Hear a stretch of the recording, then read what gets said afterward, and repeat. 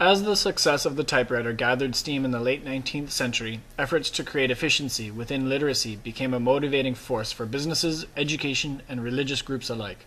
Designs of typewriters began to include affordances, such as the shift key to include 2 sets of typed characters rather than just capital letters. Over time, the typewriter began to dominate business as the preferred machine with which to record data and communicate. The inventors of typewriters for the blind paved the way for new innovations in typesetting, the creation of new keys to create new shapes upon which the typewriter would impress on paper. This reassignment of the QWERTY keyboard resulted in machines capable of writing in a variety of scripts. In turn, these designs were not limited to the alphabetic languages, such as French, English, and German, but evolved to also include syllabic languages, such as Japanese, and then traditionally oral languages, exemplified by the many languages of First Nations peoples of North America.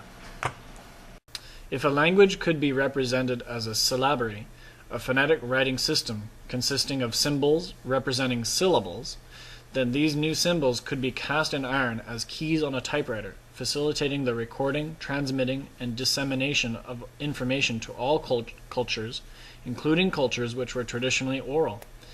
The means through which we communicate became a matter of creating a new code, and then applying that code through the medium known as the typewriter. In the words of Dr. Lorna Williams, Director of Aboriginal Teacher Education at the University of Victoria, what are the limitations of the technologies? So, for example, if you look at the writing systems of people around BC, if you look at people's orthographies, they are combinations of the International Phonetics alphabet and the Roman alphabet. Modified, but a lot of that came because we were developing these during the times of the IBM Selectric typewriter. We found somebody in Hawaii who could modify the Selectric IBM ball and put characters on that ball that we needed. So that's how what was available technology-wise resulted in what we have today. The technology helped create the context of the orthography of the language.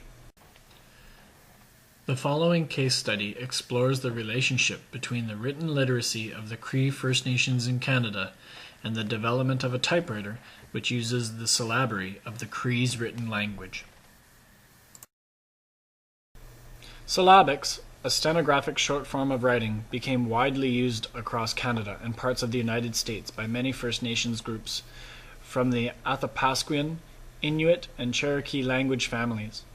Syllabic writing amongst the First Nations of North America emerged at similar times amongst the Cherokee and Cree First Nations, although the origins of these syllabaries are unique and use entirely different symbols. The Cree syllabary spread rapidly across Canada and was adapted for use in several other First Nations languages, including Ojibwe and Inuktitut. Statistics Canada census data from 2006 indicates that 87,285 First Nations people can speak Cree well enough to carry on a conversation, the most of any First Nations language in Canada.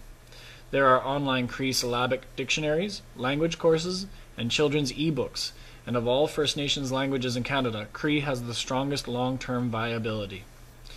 The syllabary developed by the Cree readily fit onto a standard English typewriter keyboard, and by 1880 a typewriter with Cree syllabic keys had been shipped from London to what is now Manitoba, resulting in the publication of bulletins, newsletters, and even an almanac entirely in Cree syllabic.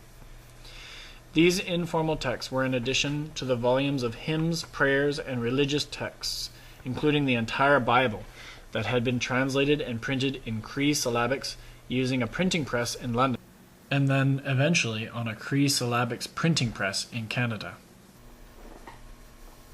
The written representation of the Cree language, known as Cree syllabics, was internalized into the indigenous cultures of the Cree and Ojibwa within a decade of its emergence in the 1840s. In 1843, Chief Maskapatoon wrote letters in Cree syllabics to Robert T. Rundle in Rocky Mountain House. And by 1853, visitors to North and Central Ontario observed that all but the very old and the very young can read and write with ease.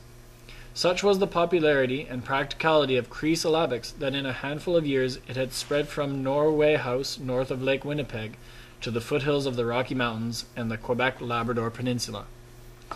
What role, if any, did the creation of a Cree syllabic typewriter have on the success of Cree syllabics? To answer this question, this innovation must first be placed within its social and historical context.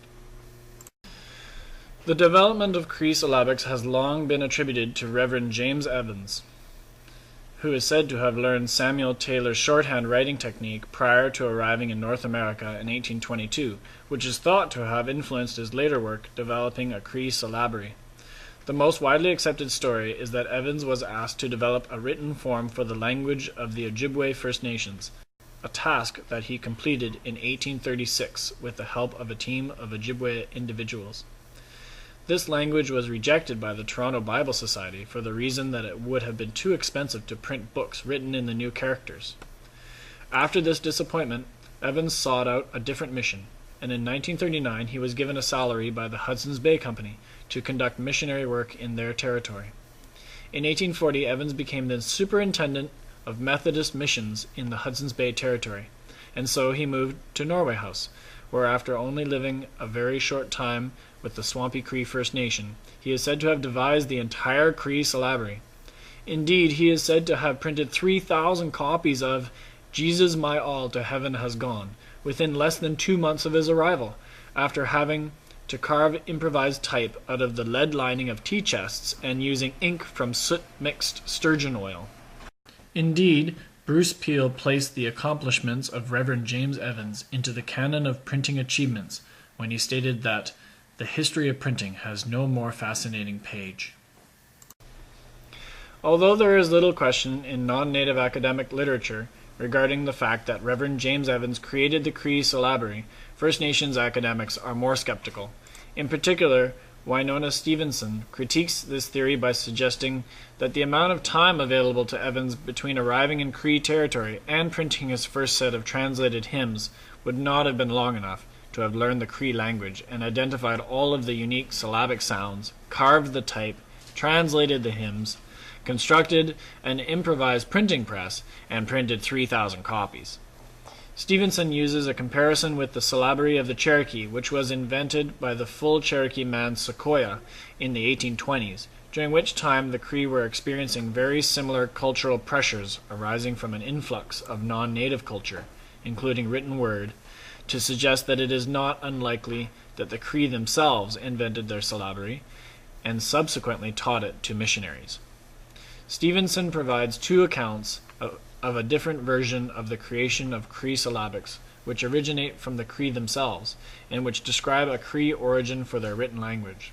In the first, a Wood Cree named Badgercall died, but was not ceremoniously buried after his wake because his body was not rigid like that of a typical dead body. His body was left another night, and when it was still not rigid, his family began to rub his back and chest until his eyes opened, and he recounted his experience of traveling to the fourth world and being taught, amongst other things, to use written symbols to communicate. A similar story is provided by the Plains Cree, who describe a man visited by spirits and taught to communicate using written symbols provided in a birch bark book. In both cases, it was then the Cree who taught the missionaries to use the syllabic language, an idea that James Dusenberry in the Montana Cree suggests does not seem too incredulous. There is no doubt that Evans did bring the technology of the printing press to the Cree, though he certainly did not do so for the Cree to print their own theological or cultural texts. As would be expected of missionary causes during this period of time in North America, the use of the printing press to produce texts was reserved exclusively for the reproduction of religious hymns and texts. Therefore, while Cree syllabics were being widely used by First Nations across Western Canada at this time in history, its use for social and cultural purposes was restricted to handwritten forms on birch bark or other natural fibers. This began to change by a small degree when in 1878 William Walton ordered a Cree syllabic typewriter from England in order to produce community bulletins and a Cree almanac. This brought informal typed Cree documents into the Cree social sphere, and as such may have elevated Cree syllabics in its legitimacy in comparison with the written language of the colonial administrators and settlers.